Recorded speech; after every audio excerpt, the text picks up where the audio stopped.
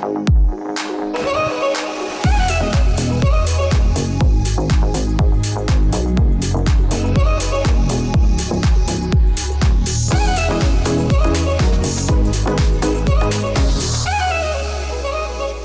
I'm Brian Sullivan, Chairman of the Property Insurance Report online conference and editor of Property Insurance Report. Today's session is another of those examples of things that have been accelerated by COVID. Much like virtual claim settlement, which was getting started but has totally been accelerated by COVID as people don't really want to touch one another, we also come to digital payments.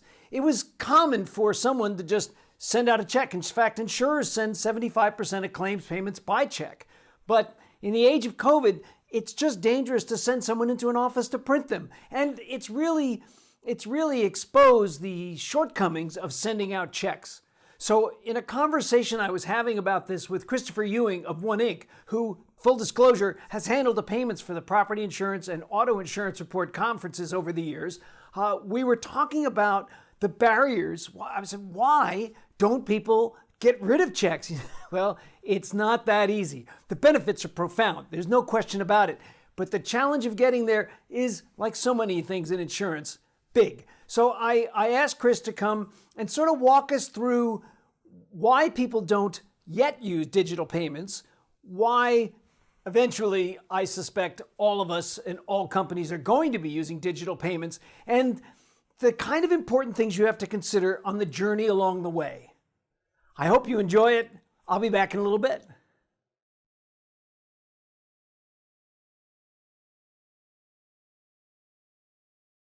Hi, I'm Christopher Ewing, CEO and co-founder of One Inc. Today we're going to be talking about It Isn't Easy Replacing Green, the Digital Payments Challenge. With COVID and InsurTechs getting traction, there has never been a better time to go digital, but a lot of the bigger carriers are struggling. So today we're going to talk about what's causing that struggle and really how to get over it. But if you think about it, payments are critical to insurance. I promise to pay you money if you promise to pay me money when a certain event occurs. It's really the core of what we do. So it's the fulfillment of the promise, and keeping that promise is your business. So the better you do in this critical area of paying claims and being able to receive payments, the better you're going to do as an insurer. And a lot of insurers still have not really caught up to the digital transformation that is occurring in other industries. But first of all, what does it mean to go digital?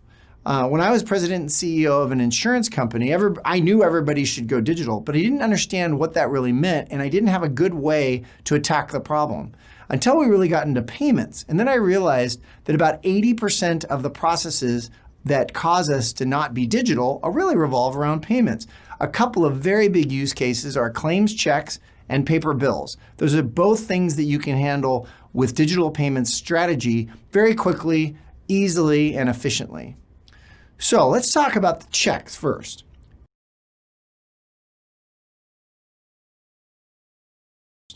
Everybody knows that the check is dead. So why are carriers still using checks at all?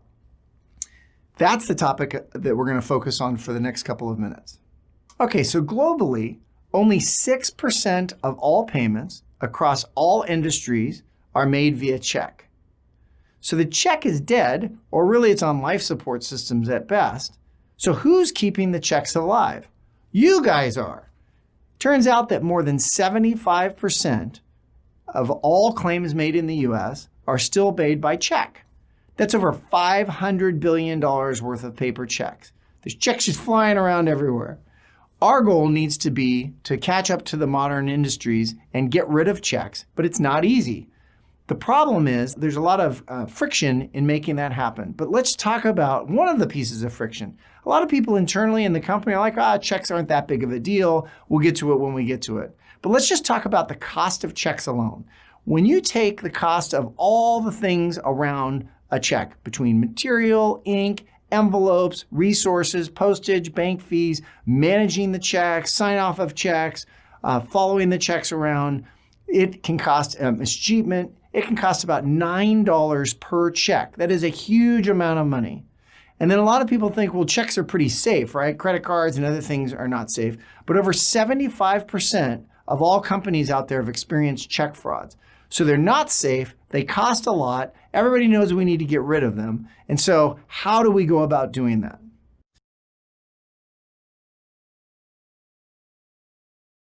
So why is it so hard to go green and replace checks? There are really 5 big barriers. The first one is people think that you have to replace your core. The only way to go digital is to make my core digital. And while a digital core, like a Guidewire, Duck Creek, Insurers, Majesco, really could help, what really matters is that you get a partner that is capable of integrating with legacy systems as well as modern systems. Of course, the reason why modern systems make it easier is they have APIs, there are accelerators, it's much easier to get these things done, but it does not require a complete replacement of your core. But even if you do replace your core, you still have a legacy system. So one of our first customers, they had a brand new Guidewire system that they were implementing, but they also had a legacy core platform that was on an AS400. So the question was, how could we make both platforms act in the same digital way so that the insured or claimants really saw the same effect, whether they were on the legacy or the new platform? And it turns out a lot of their customers were on both, right? So what we were able to do is our system was able to handle both the old legacy flat files as well as the APIs, and we have an accelerator with Duck Creek, and other vendors are also able to do that. So you need to make sure that you get a vendor that can handle it, but once they do, it's actually the solution is to not replace the core, go digital first. Or if you're in the middle of replacing core, go digital with your legacy system. You don't have to wait for the new system to go live. The second problem is that people oversimplify the problem.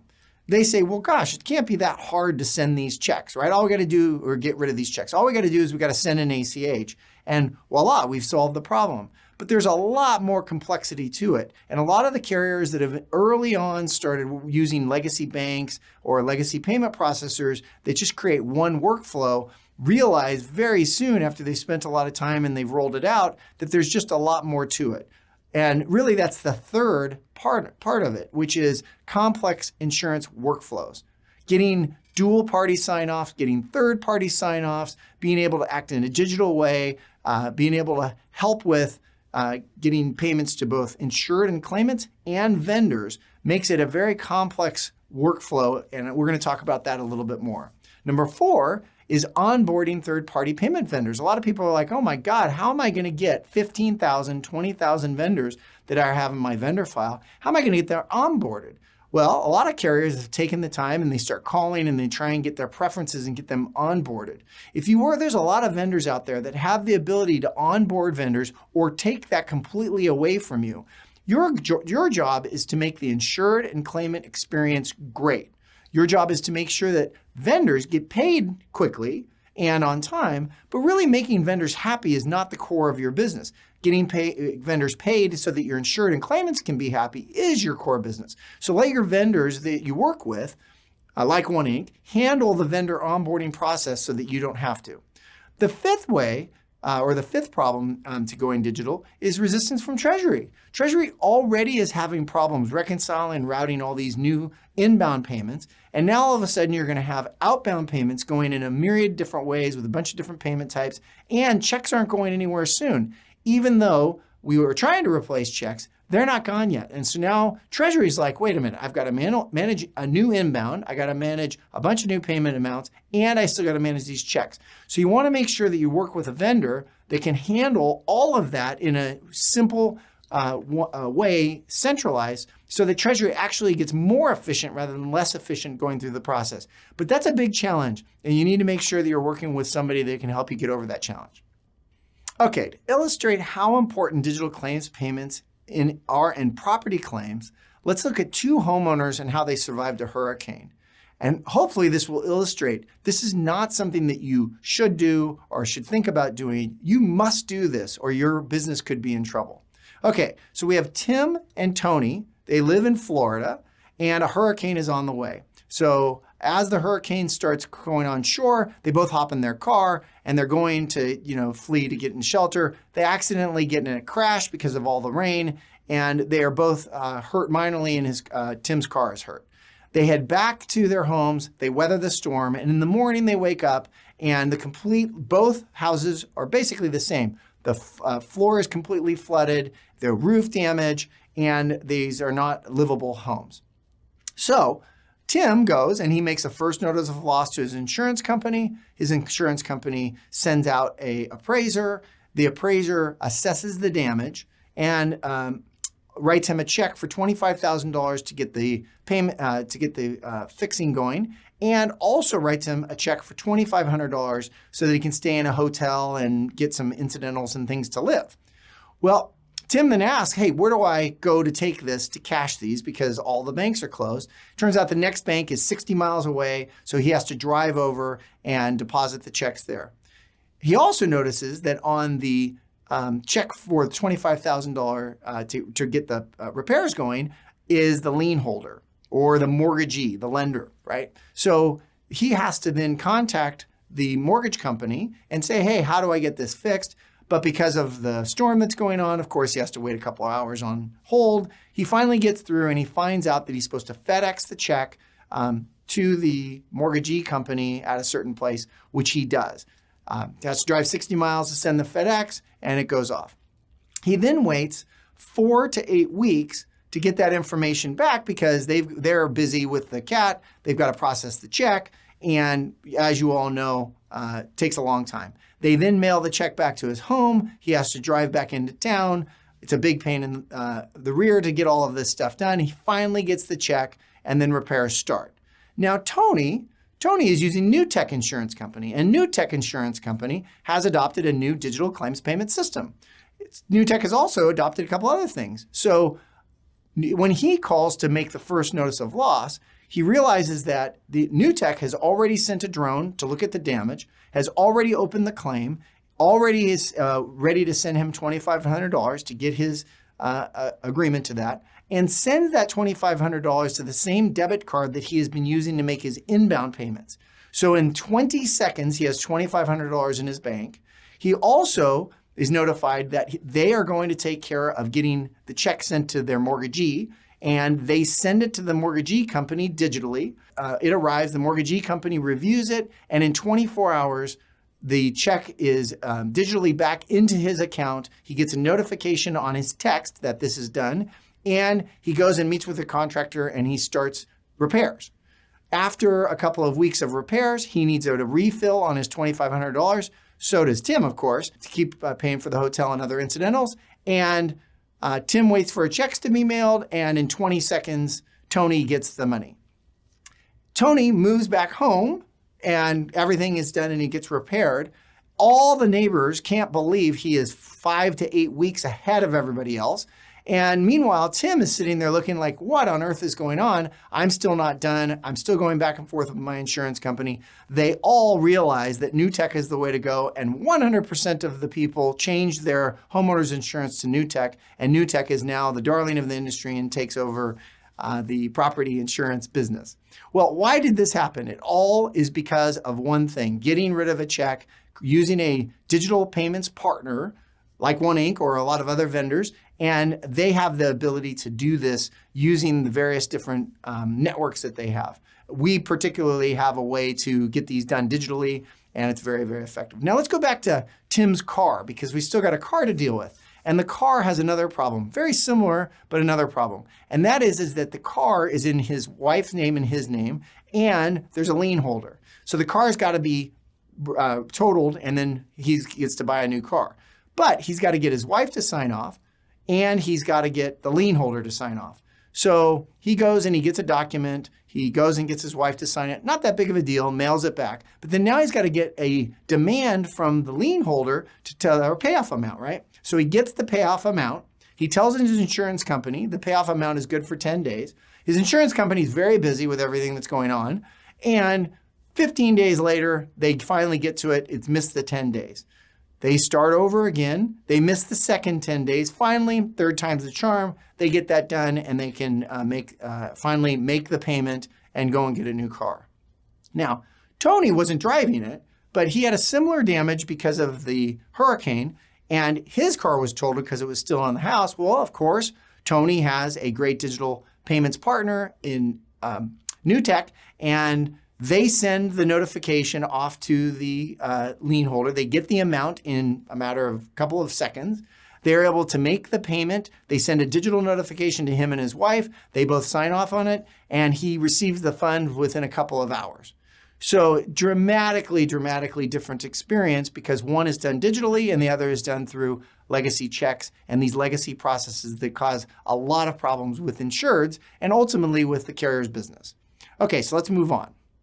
So while we were talking about all these different payment methods in those use cases, let's just go over the different payment types and how a digital payments experience can really help a insured or a claimant.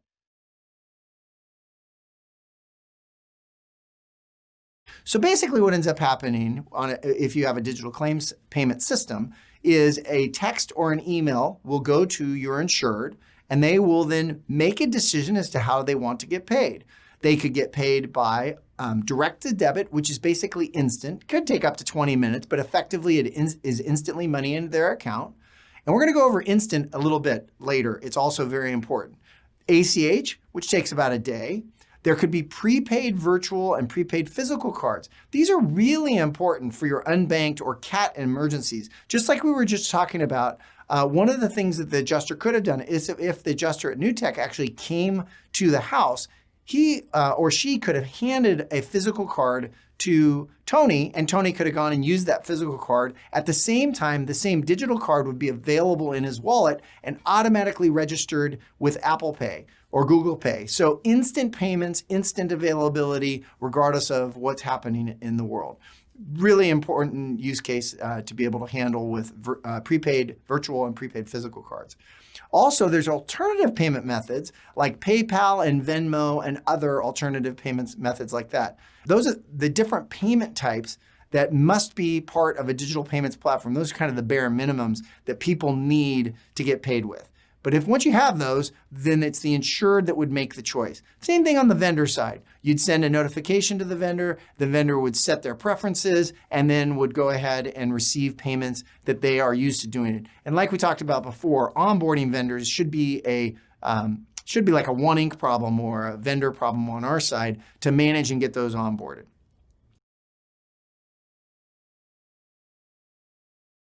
Okay, so this sounds great. So how do we upgrade?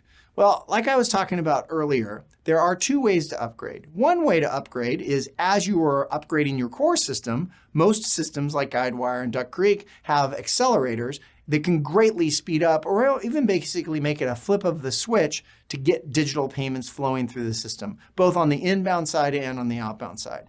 Now, if you have a legacy system, which almost every carrier does, if you have a legacy system, that can be a little bit more nuanced, and you need a vendor that is capable of handling these flat files. But if you think about it, you already today have payment rails that are going back and forth, let's say with your website or some way that you're making payments today through your banking network. You can use those same rails to make inbound and outbound payments. And so it's not as difficult as it seems. A typical upgrade process should take anywhere between 90 days to 120 days if both sides are really working on it. But of course, sometimes carriers should do this. They create middleware applications or do some other upgrades at the same time, and then those can take a little bit longer. And then, of course, the best way to upgrade is as you are upgrading with the new system, make sure that you are adopting a digital system that includes the ability to do digital payments, both inbound and outbound. And the digital systems should have both the ability to do API integration, both REST and SOAP, as well as flat file integration and some ability to do that.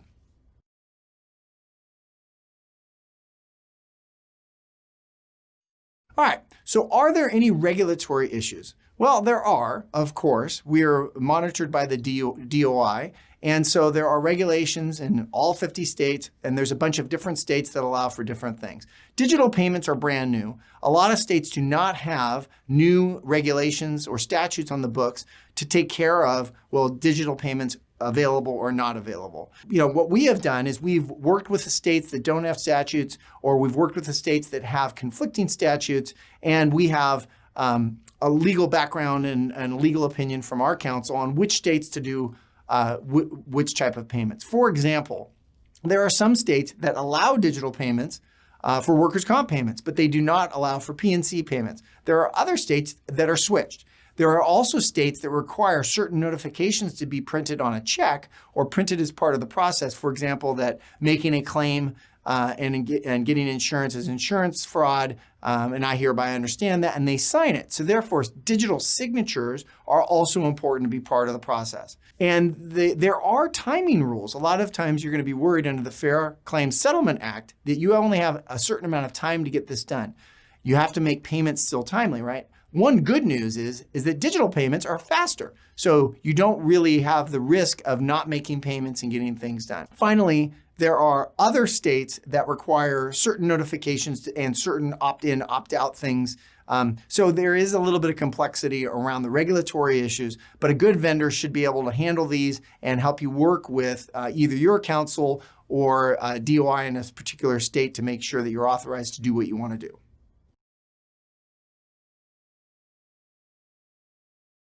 All right, now that we've figured out all of the difficult issues, now it's time to pick a vendor. So what are the top 10 features that you need to get from a vendor as a property insurer?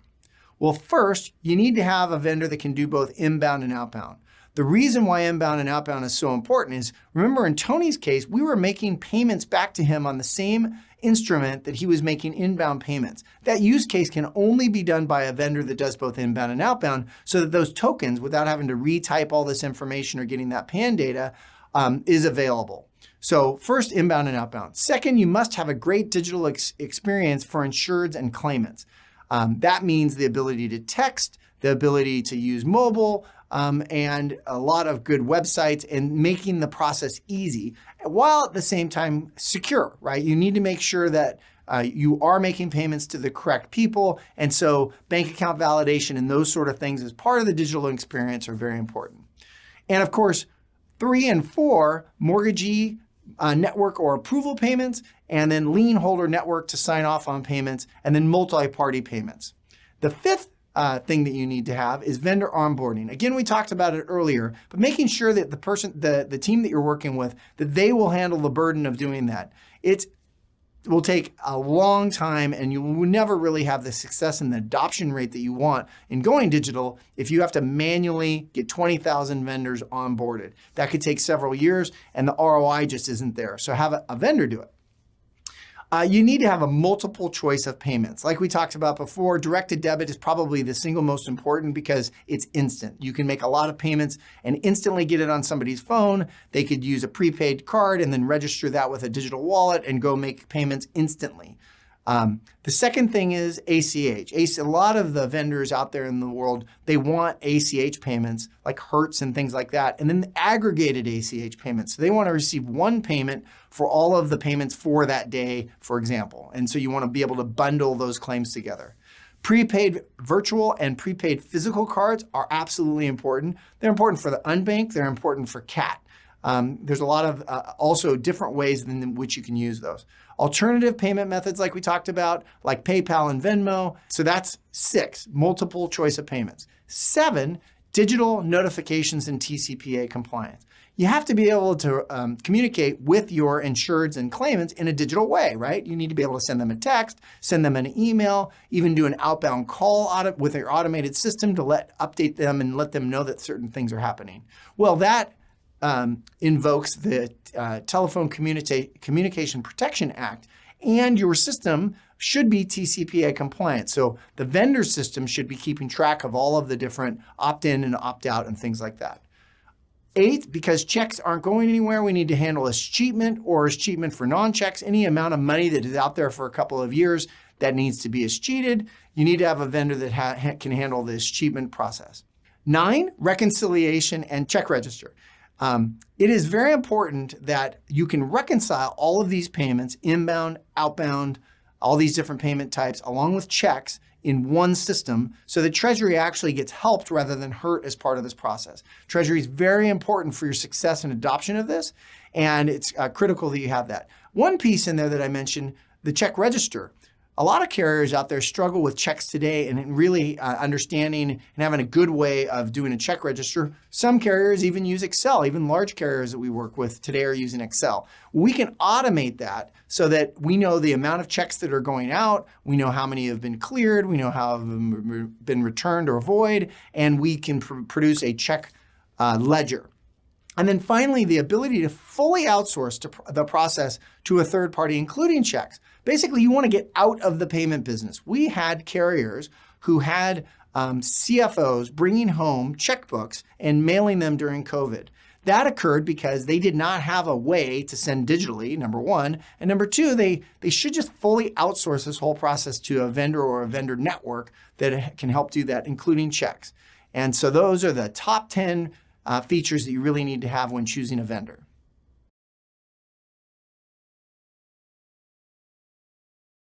All right, so now let's wrap this up. Now is the time to go ahead and do this, right? I don't know if you've heard, but the Super Bowl this year will be 100% cashless. No cash at all in the Super Bowl.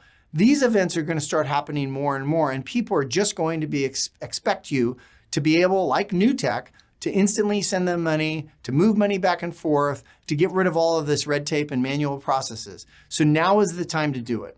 So a lot of times people ask, hey, what's next? What's the next area of payments? Well, one of the things I didn't talk about was subrogation, carrier-to-carrier payments. We are working on that right now. And then also payables. You make a lot of payables not only to just claimants and insureds and vendors, our third-party vendors, but you also make payments to your internal vendors, like lawyers or your landlord. I guess nobody has a landlord anymore, but that's a different story. So this is a very complicated area, and carriers can do it on their own, but there's really no reason to do it. There's a lot of PCI compliance and everything that goes into both inbound and outbound, and we have found that the best way to do this is to fully outsource all of your payment processes to a third party, and it can lower your PCI compliance, greatly increase your security, remove PAN data from your network, have a great digital experience for your insureds and claimants. It can help manage vendors, and you can end up being a Tony and having a great experience rather than Tim, who's still trying to move into his house. So it has been great to hopefully share with you some of the reasons to go digital and some of the burdens, and good luck with your digital transformation. And I'm going to see if Tim can go finally move into his house. Thanks, everybody. Okay, thanks. That was amazing, Chris. And thank you so much for taking the time to sort of walk us through that. A lot of prep, obviously, in there. I guess my first question is, I want to go back to this idea of why people are still using checks. There must be significant benefits to it, or is it simply that the barriers are too big?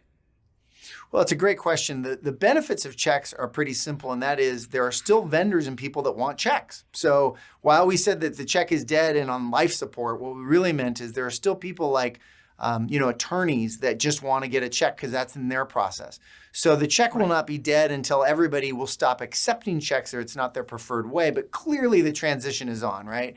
There's still 10% globally, or a little bit less. And in insurance, it's a lot more. And the reason why it's a lot more in insurance is simply because of the adoption and the barriers that we've been talking about. But checks still have value, and they will have value for a while. Well, and I think, that adds to the complexity of the change, right? Because you're not going to go from one to another. You're going to go from one system to two systems. And exactly. That'll have a higher expense over time. I mean, in the near term, while we're working through this, it can't be cheap. Well, definitely you have to have a vendor that is capable of handling all of it. At the end of the day, I think what Treasury and what claims payment should do is outsource the whole thing to a vendor. So the vendor can cut the checks, the vendor can reconcile the checks, right, and do digital all in one place so that it's ultimately easier during the transition. And then therefore it's not more expensive. Actually, the total cost of ownership should still go down because the amount of checks that you're sending, which is the most expensive payment method, will diminish. And then the digital and then optimization will increase. But if you use one vendor to do all of that, then the overall cost of ownership does go down. So I guess it's similar to put it in really small terms.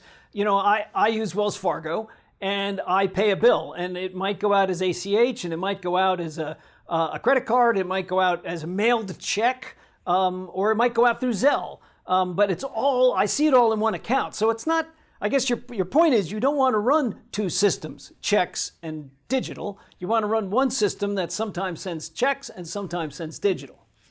Yeah, and even more broader, you don't want to have one inbound vendor, one outbound vendor, one vendor to send checks, one vendor to send digital, one vendor to do instant payments, because then it gets very complicated. And as we all know, as you start adding layers of different vendors, the risk of things not working together, or it just makes it much more complicated. So yeah, you want to use, in your example, one bank or one processor to do it all.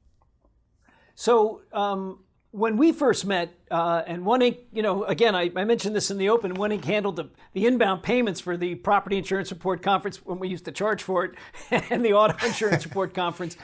You were mostly an inbounds payment company. Talk to me a little bit about the journey you made in making the decision to go inbound and outbound.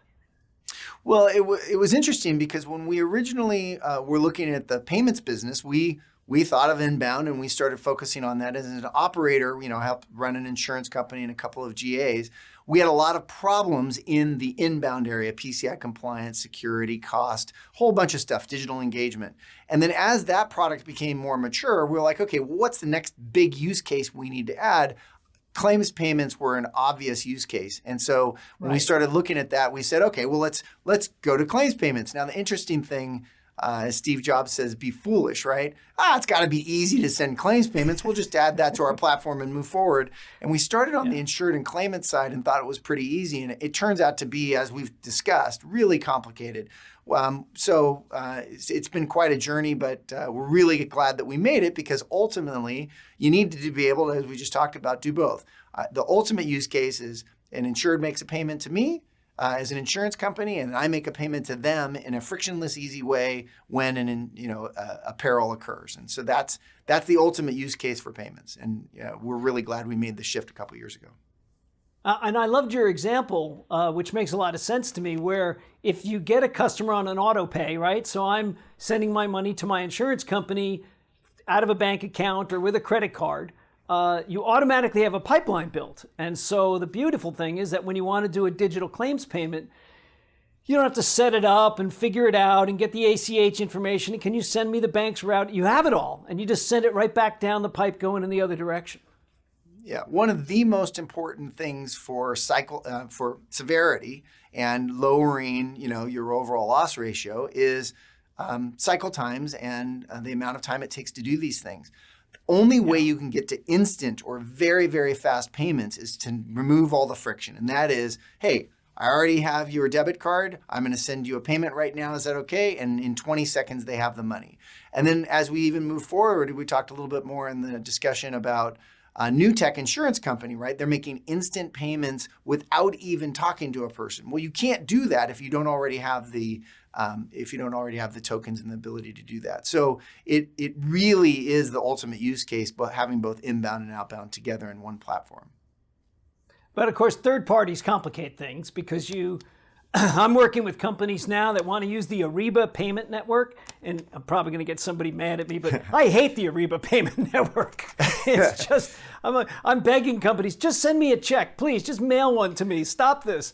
But that setup has not been an easy thing. Is there a safer pathway towards those third-party sort of one-off relationships, which matter not just to claimants, but also to vendors? Yeah, well, sure. The third-party payments. So it's interesting you brought up Ariba. Ariba is a classic example of when you are doing payments in a specific industry, there are use cases and things. Zelle is the good example of outbound for claims payments. People started using the Zelle network a lot. The problem with that is it's hard to use. There's a lot of use cases it doesn't cover. And so it manages to make an instant payment, but it doesn't take into the whole complexity of both inbound and outbound and how do I pay insured and claimants in an easy way. So for claimants that are not insureds, of course, we now have to get their payment data, right? And the best way to do that is digitally. Send them an SMS, send them an email, or on the phone, get that from them, or even better, move it up the chain even one more. On the first notice of loss, you can say, what's your preferred payment method, and capture it then. So there are ways to make it easier. On the outbound side, as we talked about before, the best way to handle that is have the vendor who you're working with own a vendor management network, and they take the burden of getting that PAN data and their preferences. And the main two preferences are, how do they want to be communicated to? Fax, email, text, whatever. And then second, how do they want to be paid? ACH, check, directed debit, which is much less for vendors, prepaid cards, etc. So offloading that to a vendor is really the way to manage it, because you might have 20, 30,000 vendors, and contacting them and getting them onboarded is a huge burden for the carrier. And most vendors in the claims payment space will offload that, and they will handle that for you. So it's easier for insureds, but it is certainly very efficient even for insureds, for claimants and vendors. Well, and that's my hope is, as again, it's all about me, right? It's my hope is as I sign up for all these different platforms that multiple customers will be using that platform. So once I go through the pain, and there is significant pain in signing up for a platform like an Ariba, or there's others, once that's clean, I should be able to process easily. I have not found that to be true, but I'm hoping eventually we get there. Yeah, there is scale and network effects, right? Working with vendors that are scale and do have already network effects going for them is a definite advantage. And so working with vendors that are already doing both inbound and outbound, as an example, already handling a lot of vendor payments, have figured out how to manage that, have call centers for vendors to call in. There's a lot of management that goes into vendors that the carrier shouldn't have to do if they use the right vendor. If I'm using an insurance payments manager, right? A third party who's managing my insurance payments, does that organization, like a One Inc, then connect through to Zelle and Ariba and PayPal and other things like that? Is that that exactly. relationship gets managed outside? Yeah, so think of it as there's a hub. So I go to an insured or a claimant and say, hey, how do you want to get paid? And there's a whole host of ways of getting paid. Directed debit, instant payment, which is basically the same as Zelle, PayPal, Venmo, ACH, check, prepaid card for the unbanked. All of those options need to be available so that it's the insured or claimant's choice. And the same thing that goes for the vendor. So you need to use a vendor who is in the insurance context that also has all those disbursement methods available so that the insured, claimant, or vendor has the choice. It really is about choice. And adding new ones, ultimately Bitcoin, a lot of people are interested in that. When's it going to be coming? It's not a viable thing today. And so it's not something you need to worry about a vendor having today, but you want to work with an innovative vendor that is capable of handling new and upcoming payments as they start to get on the horizon. And all the really modern insurance payment vendors can handle that sort of stuff. You talked about sort of the disparity between companies that have gone to, new modern platforms, the Majesco, Guidewire, Duck Creek, that crowd, versus the people that are still building in-house, either with a new system they built themselves, which I've actually seen. Hard to believe, but it worked. It worked. Old legacy systems, and they just haven't bit the bullet yet. How is it different working with those two different types of companies? Sure. So obviously with the new modern systems, they are API driven. And so doing the integration work is actually fairly easy. And with a lot of them, like for Guidewire as an example, we have an accelerator. It's almost literally a flip of a switch and the integration is done. There's still setup and things like that. So there's integration, which is how do you integrate with that, and accelerators and partnerships can really help that. But then almost every carrier of any size has a legacy system still, whether it's on the inbound side or whether it's on the claim side. And so you still have to be able to integrate with those legacy systems to get the full value, right? You don't want to be paying half of your people with check and half of your people digitally in this great experience. You want the insured, claimants, and vendors to all have the same digital experience regardless of the core system. And that's where insurance centricity comes in. We have the ability on our platform, and a lot of other vendors do as well, to utilize the current rails that are coming out of those AS400s or those legacy systems in the same way that we use APIs, but we offload that work from the insurance company themselves. And so you want to work with a vendor that has the capability of being modern and API driven or accelerated, but also have the ability to work with those legacy systems. And these implementations and integrations are not a core level thing. It could take a year or two. These can typically be done in 3 to 6 months and with much, much less work than replacing the core, which is a very, very big project. Yeah, and not a year or two. Usually takes. Now so I'm working with fewer. We're both going to work with anecdotes on this one, but I have fewer than you. In talking to companies about this, I've heard people say claims comes first when it comes to modernizing systems. Claims comes first, policy admin second. Depends, but generally, and both of those always before Treasury. And so I've talked to a number of people who say we feel really good about our policy admin system, we feel really good about our claim system, we feel terrible about our Treasury system. And that's been a fairly consistent comment that I've gotten. Do you find that real in the marketplace? Yeah, it's interesting. So, a couple of years ago, people thought of payments as, well, you just get a payment from a legacy bank and you connect it and it's done. There's not a lot of value there. I think over the last couple of years, people have realized you cannot have a great customer experience without having great digital experience for payments, right?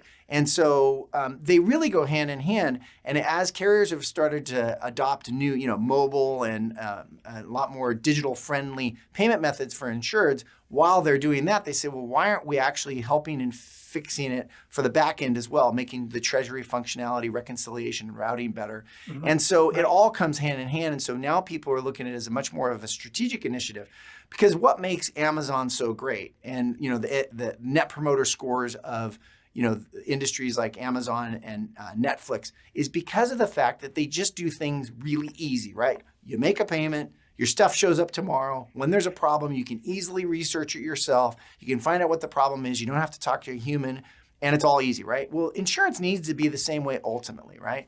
I'm making a payment. If the payment doesn't go through, or if there's an endorsement or a change, I need to be able to log onto a system without talking to a human, find out why the increase occurred, why the payment didn't go through, self-help myself, and occasionally, obviously, I have to call. But we want to lower the number of the complexity of just self-service, and that really revolves around payments. 80% of the reason why people call customer service is around, why didn't my payment go through? How do I make a payment? Or why did it go up? Why did it change? And if we can solve those digitally, that's really all about the customer experience and why it matters so much, I think, today.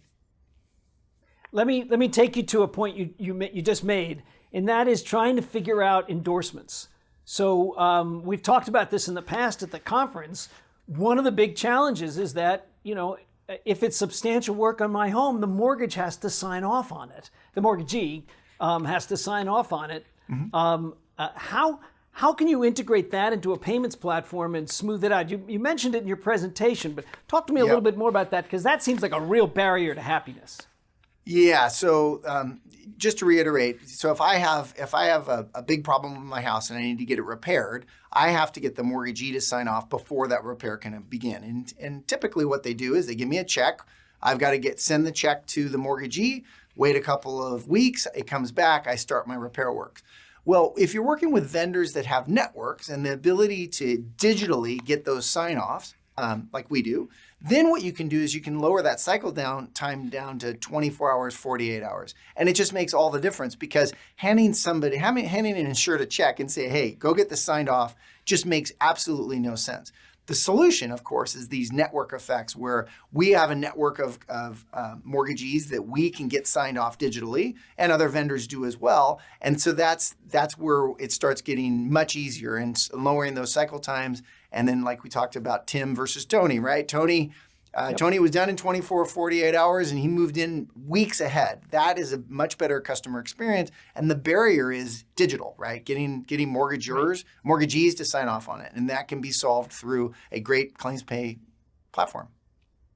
So in an earlier life, I was the managing editor at the American Banker, and I worked with a lot of banks. And dealing with insurance payments is about as low on the totem pole as it gets for them, because it's purely an expense. The number of times someone gets a check to repair their home and they don't repair the home and the asset is compromised to the level where the bank loses, it just doesn't happen. And so they know they need to sign off on the check. They don't want to walk away from that part of the process, but they also don't perceive they get much benefit. And so it's not their business. Talk about, it's not their business, and they have a stake in the house, but the risk is so low, so they just don't throw much energy at it. So I have to think that some banks are probably reluctant to change anything because why would I expend any energy on this? But I have to think most banks, especially the smart ones, would say, if you can streamline this for me, since it's nothing but expense, if you can make it less expensive and faster and I'm not getting hassle phone calls from customers, sign me up. So talk to me a little bit about the bank response to the way you're trying to work with them. Sure. Well, the reason why it hasn't changed for so many years, even though the technology to do this stuff has been around for 10, 15 years, the reason why it hasn't changed is exactly what you're talking about. Going to the banks and saying, hey, you need to modify or integrate with our system, they're just in a difficult way, they're not going to do it. We have leveraged payment networks or digital networks that already exist that we can hang our approvals off of that make it so that the banks are very, okay, great. I mean, I don't have to deal with these checks anymore. They don't have to call in. This is lowering my overall expense ratio. And I see that this is the future. As long as you can get that barrier to entry low enough, which we've been able to do and other vendors have been able to do, then banks are on board. They want to make it digital too. They don't want to have to manage these phone calls and stuff. And so the acceptance of this and also helping banks do some other insurance payments at the same time solves, two birds for one stone. They're happy. The insurance companies are happy. And ultimately, insureds are much happier because they're able to get back in their homes much quicker. Yeah. The struggle has always been to get to a high enough level at the bank, right? I mean, the person who's responsible for signing off on those checks is a double assistant, maybe kind of sort of assistant vice president. It's just not a high level treasury thing for the bank. So it's exciting to get there. Let me go back to another point you made, and that is the that sign off that happens on so many checks saying, by cashing this check, I accept that all liability is waived, or that the this is a full payment for the repairs. I mean, you mentioned that, but talk to me a little bit. How does that work? Because that's one of the things that I talked to an insurer that they like about the check is the check comes back in with that signature on it. They scan it, they store it, they attach it to the file, and when someone beefs, they're like, paper. And it really made a difference.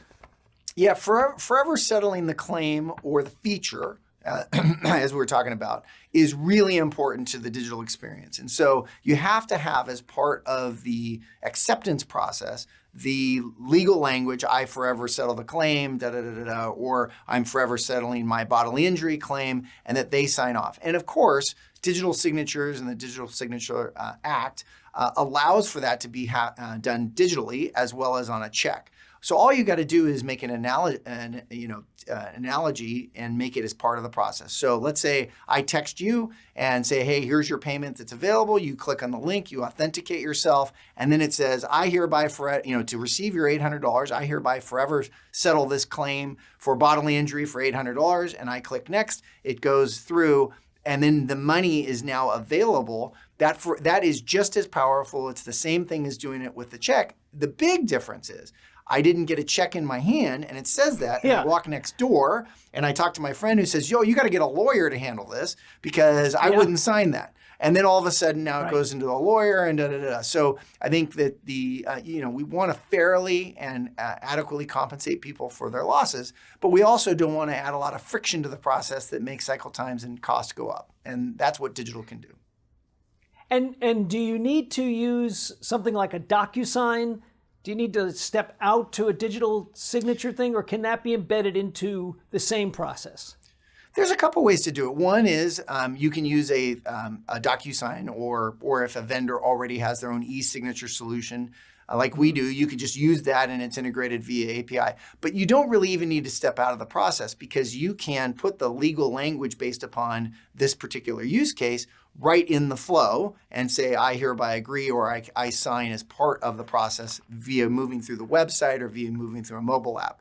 So it becomes very easy and not a big deal. And that's also something that makes it easier to get done is you don't have this stop and you're sending a digital, this document and, oh my God, this is a big deal. It is a big deal, and it's important that they understand and it legally be binding, but it doesn't have to be this separate big event that allows, that makes people second guess and stop and do it. It can be all in one process. I've seen that where I've been in a process and then they're like, okay, now we need to go to scary level and we're going to jump out and do it a whole different, So let me pivot you a little bit to regulation. So as with a lot of things in payments where it hasn't gotten C-level attention, it would seem to me that the regulatory challenges of just modernizing, it's not, on the level of should we use credit scoring, which we've discussed in this conference, or, is marketing fair? I mean, this is process related, but still there's regulatory challenges. Have you found insurers and trade associations to be interested enough in the things you need to work through? Yes. Well, interestingly enough is you want to work with a vendor that also has a regulatory component to what they're doing. And so we have great regulatory counsel that we work with. We've analyzed all 50 states. There are some states that you can make payments, for example, for workers' comp, but you can't make for P&C digitally. And in those states, you have to, back to your original question about a check. Is there value for a check? Yeah. Well, in those states, you must make a payment by a check. And then there's some states that, the reverse is true. You can make a payment in P&C digitally, but you can't in workers' comp. And then there's also some regulations around specific disclosures that you have to have. Basically, ultimately where we're at is as things are getting modernized, some of the statutes just haven't been modernized yet. And so they'll say things like on the back of a check. So then you go, okay, well, it says on the back of a check, but it doesn't say on digitally. So how do you get this signed off? And we're working with a lot of the departments of insurance to get sign off that, yes, this is the interpretation. And we've been doing a 50-state canvassing, and we've gotten really good results. There's only one state that we have right now that we can't make digital payments. So it's pretty clear, but you do need to think through it and work with good counsel. So it feels like there's still work to be done, but you wouldn't consider that a significant issue in your payment space. The regulatory stuff is kind of in process and isn't going to elevate itself to a barrier. Well, there could have been if there wasn't this big move to go digital, right? Most DOIs and everybody want us to go digital because of lower cycle times, it's better customer experience. And at the end of the day, public policy favors those things. So while there is interpretive risk in some of the DOIs, most of them are like, hey, this is exactly how we feel. Or, yes, we interpret it this way. You're fine to move forward with digital payments. Because everybody knows it's going to get there. It's just whether the statute expressly allows it or not, and then what the interpretation of that state's DOI. At this point in juncture with the feedback we've gotten, like I said, there's only one state where it's a problem from what we have found, and we'll even give indemnification if necessary on some of those things because we're very comfortable with where the payments are at. So right now, there's not a big regulatory hurdle. There is a lot of work though working with the legal counsel of insurance companies because this is our business and we've spent a lot of time and money on it. Yeah. And so you want to work with a vendor that at least can help your legal counsel get through and get comfortable with where things are at. So COVID has caused a lot of conversation at companies about digital payment. Are you seeing real movement? Do you think there'll be a substantial reduction in the number of checks, an increase in the number of digital payments, say in 2021? Or has this just started the train rolling and we're not going to see this till 2022 or 2023? It's interesting because the beginning of the year in January, before COVID came, we saw a huge increase in the thought about, hey, why are we sending these claim checks? We need to digitize. And then COVID hit, and of course the world stopped for a couple of months. And then everybody went, oh my God, we've got to use this as really the impetus to get everything going digital. And when you start looking at digital, as I mentioned before, the best way to start really going digital is removing these paper processes and getting rid of checks. And so we've seen a huge surge in the demand. And I think in 2021 is going to be the year that this really, really changes. SMA did research and they found about 80% of personal lines carriers are going to be making a decision or replacing or going digital over the next 24 months. So that's a big change. Yeah, that is. And so it was, as with so many things, virtual claim settlement was already on its way, right? And digital payments already on their way, but COVID has just been the accelerant to both those trends, to make them happen. Really two things have happened, which is why in 2020 at all, claims payments are available to be done digitally, right? You'd think, well, this had to have been solved a long time ago. So it's two things. One is that the market has kind of caught up and said, why are we doing this? Two, and this is probably more important, is technologically, there are vendors that can now handle these use cases and can actually add value. Whereas before it was kind of hunt and peck and it was clunky and they were using Zelle, so you'd have to go and log in. Now it can just be a seamless, frictionless experience. Now you have vendors that do both inbound and outbound. And so that's one. And then second, COVID has just really kicked it into high gear. We literally had CFOs at home printing checks at their house because they didn't know how else to do it. We also had other carriers call us up and say, can you just somehow print these? And they'd send us a file and we would work with our printing vendors on a one-off basis to send out 10,000 checks and things like that. So it's been an interesting thing. We also had a lot of carriers contact us on the refunds that were required because of COVID, and they used our platform to send out refunds as well. So it's been an interesting couple of months. So how many of those refunds wound up digital versus a check? Were you able to send more digital refunds than claims payments, for example?